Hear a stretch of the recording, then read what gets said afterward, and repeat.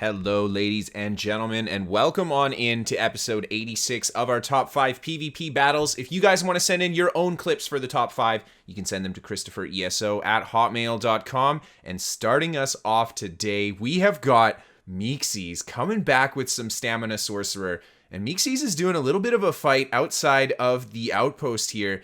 And there's a lot of blue players starting to converge on him, and Meaxy is just being kind of patient, picking targets one at a time, getting a great dot up on that player there, not sticking out the finish, instead going for the kite behind the pillar and not exposing himself, and again going for that streak back behind the pillar. And look at this pile of blue players that is starting to pile up on Meaxy. Meaxy's taken a huge amount of pressure attempting to go for that Dawnbreaker combo, and he's forced away from the resource, just streaking out of here, gets back behind the tree, low on resources, and here comes the group. Got a Nightblade spamming ambush as well, and Meaxy is just going to be patient. Just reset the buffs, try to get a little bit of stamina back with Dark Deal, and then open up on the first blue player that he can get a combo on. This guy caught with his pants down a little bit. Meaxy's putting huge damage into him, connects the off-balance stun on the Dizzy, gets the kill, and then streaks on out of there, back behind another tree.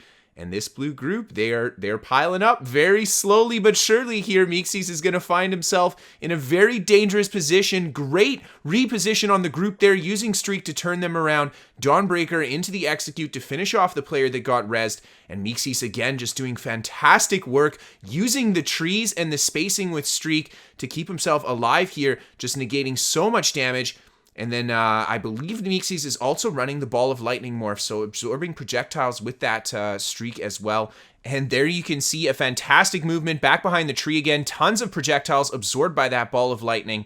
And Meaxy's just doing really well with his timing here. He's in a super dangerous position, but absolutely fantastic positioning. A huge Dawnbreaker on the group there. And these guys were caught completely by surprise. Meaxy's managing to pick up one kill, streaking back in through the group, forcing a turnaround there. Fantastic movement again. And Meaxy's picking up another kill. And Meaxy is just absolutely dancing around these guys, getting the interrupt on the bash there, putting down more Ball of Lightning, getting behind the tree, being conservative with his resource again, and just trying to get good positioning on this blue group, taking a huge amount of pressure from them there, but saving the defensive ultimate. I think Meaxy is going to need it for this moment right here. Tons of pressure. The blue group finally converging all on one, and Meaxy just teleports out of there, streaks away, breaking great distance from the group again, and he's going to start teasing these guys. Again, just going towards them, streak away, the Ball of Lightning just covering those ranged projectiles, and Meaxy's just able to wait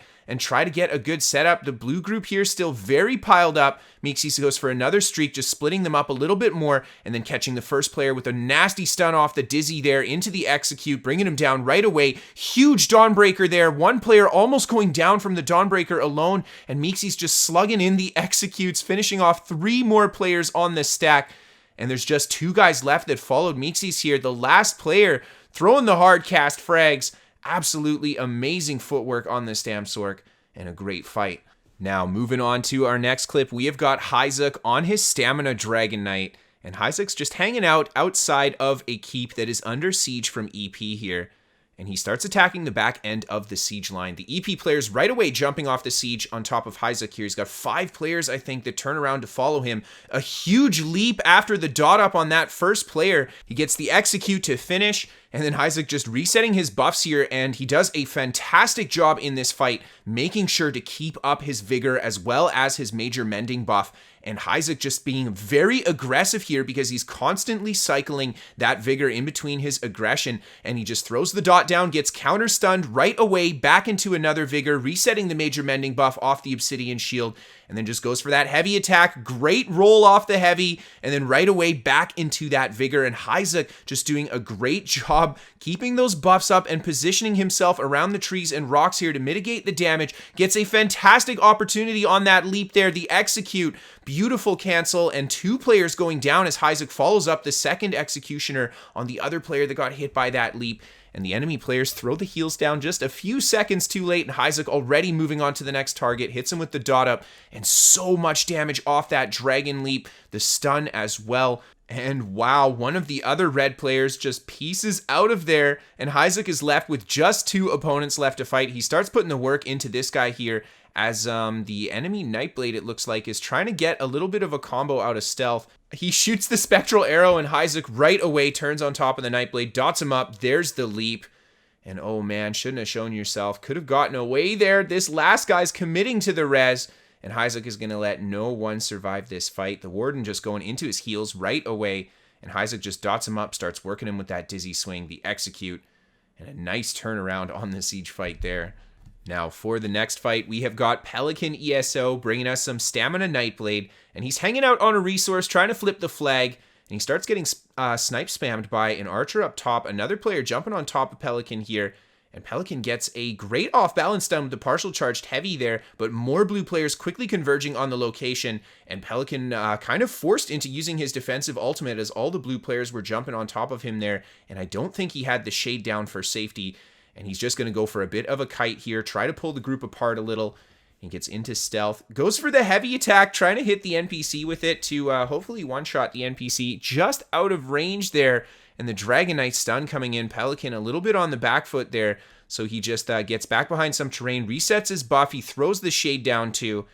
And now he's going to do his best to engage. He's got the cloak up, pulled out a cloak, unfortunately, by the enemy, I think, warden there. And Pelican goes for the shade, back into safety, resetting the shade again as soon as he gets... as soon as he teleports back, and then he opens out of stealth with a huge ultimate, and then clipping a beautiful cancel with the surprise attack, finishing one player off there, and Pelican, good movement shift. He rolls through the players chasing him around the corner there, and he just gets a good turnaround forced on them. He still has the shade too, shade into safety there, just to allow him to reset the buffs, and he had the option to cloak. And Pelican decides to re-enter stealth, opening up on this player who is unaware of his position. So really good target pick there. Huge damage into that guy. And then I believe that was the merciless resolve shot that finished him off there. And the blue players did get a good counter stun there, but that player had to heal herself right away. Pelican's putting out too much damage on this Nightblade, and there we see again a huge open with the ultimate into that surprise attack. Another blue player goes down. Pelican in a sticky situation, using that shade to get to safety and just resetting everything. And now he's going to reopen on these guys. He didn't. Oh, there's the shade again. And now he tries to go for a little bit of combo there, unfortunately taking the counter stun from the enemy Nightblade's Magnum shot, I believe. And Pelican just trying to work with this Dragon Knight, again shading to safety. I like how he's just continuing to use the movement here, not staying in a static position, but instead shading, resetting his shade. And it gives these blue players a tough time tracking him, even the enemy Nightblades that are trying to gank him out of stealth. A good roll on that snipe there. Pelican's just giving them the kite business, gets a huge counter stun on that player trying to go for the res. The spectral arrow, merciless resolve, sorry, and he goes down. One enemy Nightblade there opening again out of stealth. Pelican just trying to hunt the Nightblade down, going for the stealth detect on him, kind of just ignoring this other Templar on him, a very tanky player. Pelican's just going to be a little bit more picky with his targets here. And the enemy player going into the Bat ultimate. The tank player tries to go for the res again. The enemy Nightblade opening out of stealth in his Bat ult. And Pelican getting a lot of damage into this guy there, finishing him with the Executioner. And now he's got just this Nightblade, I think, left. He's going to keep trying to pop him with the stealth detect. The enemy Nightblade gets popped there, and Pelican actually shaded back into his shade, and I don't think that's what he wanted to do. I think he was just right at the end of the time limit there and was hoping to place a new one down, but he finishes off the last player and brings that fight home. Now, for our next fight, we have got animation canceling, bringing us some Resto 2H Stamina Templar. And animation canceling's just fighting outside of this wall here. And he's fighting a bunch of blue with a friendly player and just putting a lot of work into these blue. 2 kills right away. Hitting this next guy with some jab pressure. Getting hit by the counter stun himself. Looks like that was a gank from the side. And Annie turning around, putting the pressure on the guy, trying to go for the res there. And Annie himself taking a lot of abuse. Going into that Resto ult. Now his friendly player's just up the side of the hill here. Just went down, unfortunately. And here come the blue players that Annie's friend was fighting, and Annie is in a dangerous position. He just goes for the run here, trying to just break some distance from the blue. The blue group does chase pretty ferociously here, and he catches one player that is overextended, just hits him with the stun into the jabs. That guy doesn't even fight back, so he goes down right away, opening up on the next player. Annie just hitting him with the jabs, the power of the light. The enemy Nightblade here giving Annie a bit of kite business. And he does his best to try to put some work into this Nightblade, but I think he's being very conservative with his resources through that fight because he knows that there are more blue around here. And you see, he's very high stamina still. He didn't commit to anything, and he kept his ultimate ready because Annie is going to be preparing for all these blue players. The enemy player right away going into his bow ult. Annie actually just counters with his Resto ult and then maintains aggression on top of this blue player who I think actually canceled the end of his own bow ult to get a little bit of healing there. And Annie right away just taking a lot of abuse from the other blue players there. They're just piling up and shooting projectiles at him, everything. And he doesn't have the best positioning here, unfortunately. He's trying to do the best that he can with the rock and the house there, and he gets a good little bit of kite with using that hill. Good pressure on the Sorc, but again, he just can't find a very safe spot to apply a lot of pressure, so he's just going to have to get that nice, well-timed burst. This player getting very close, and he doesn't even go for the ultimate, just the jabs into a smooth executioner cancel, and then right away into the Resto ultimate as the enemy player dumps his bow ult. A fantastic counter to that, and it allows Annie to just keep his hit points very high there, when he probably would have had his hit points drop pretty low, so he can maintain the aggression on these guys, gets a good amount of damage with the jabs there. The enemy player eventually responding with the stun break into the Vigor and getting a bit of heals from the other friendlies. Annie just going for the pressure on top of this enemy Sorc, and he just trying to finish him off there. Finally, the power of the light bringing in the finish, and it looks like just 2 blue players left. And he puts in the jab business again. This enemy warden just, he's not having the healing power to do this. He's unfortunately, I think, just not getting that big crit heal. There we see the warden finally getting that heal. And it was just in the nick of time. Annie keeping up the pressure, though, dumping the Dawnbreaker down too. The enemy Nightblade actually applying good pressure to Annie. And notice how he's just constantly purging off the negative effects. The Nightblade's got a lot of dots. He wore down that other warden there to finish him off, and just heavy countering the Nightblade's dots by making sure to purge them right away. And now it's just this Nightblade left. He's trying to escape the jabs, and he's had enough of it. Down goes the Donnie, and the rest of the blue are just enjoying the show. And for our 5th fight, we have got Razza on the Stamina Warden, and Razza's doing a fight inside what looks like an enemy keep here, I believe. He's got a lot of yellow players converging on him, and Razza is just putting the work into these yellow. Big damage with that Dawnbreaker, right away into the Dizzies, the Executes, and unfortunately, these yellow are rocking a lot of healing power, so Razza isn't able to stick that kill out, even though he did get a good burst there, and more yellow converge on top of him, and Razza is doing a great job just moving around the inside of the keep. He's taking a lot of pressure here. He's running a great build to take this kind of pressure. He's got a lot of healing power to counter it, but he cannot hold still for that. That will be way too much damage, and he'll get burnt through it. And Razza just keeps resetting the Subterranean Assault, timing it with the group running up the stairs into that Dawnbreaker. One player going down there, and Razza just doing a great job hugging the corner there. Just really good positioning, making himself a difficult target to hit inside of this keep. And Razza is just kind of holding out in the corner. He's got another Dawnbreaker ready, rotating all those heals over time. This is kind of a good position here because he can mitigate a lot of damage by using that box, but more players start to pile up on him, and Razza knows he won't be able to stick that out. A really weird stun there. It looked like a snipe from outside had caught him. Razza gets a huge Dawnbreaker there, managing to finish one player off with the Executioner, but he doesn't try to stick out defending the body or anything. He's just looking for more opportunities to deal some damage to the group. And I think that's a great call. He's got a lot of yellow on him. He's going to have a tough time trying to hold any kind of ground here. And the yellow player's putting so much pressure in. Razza just doing a great job again, kiting them out here. And he just waits inside. The werewolf jumps on top of him. And Razza sees more yellow players coming around the other side too. They're all just converging on the spot. We've all been in this position before. There's a lot of players that want you. Razza is the only target here, and they are just piling on him. He does not have a safe place. He's just constantly moving to mitigate the number of players that are actively attacking him. And Razza again finds himself back in this cubby here.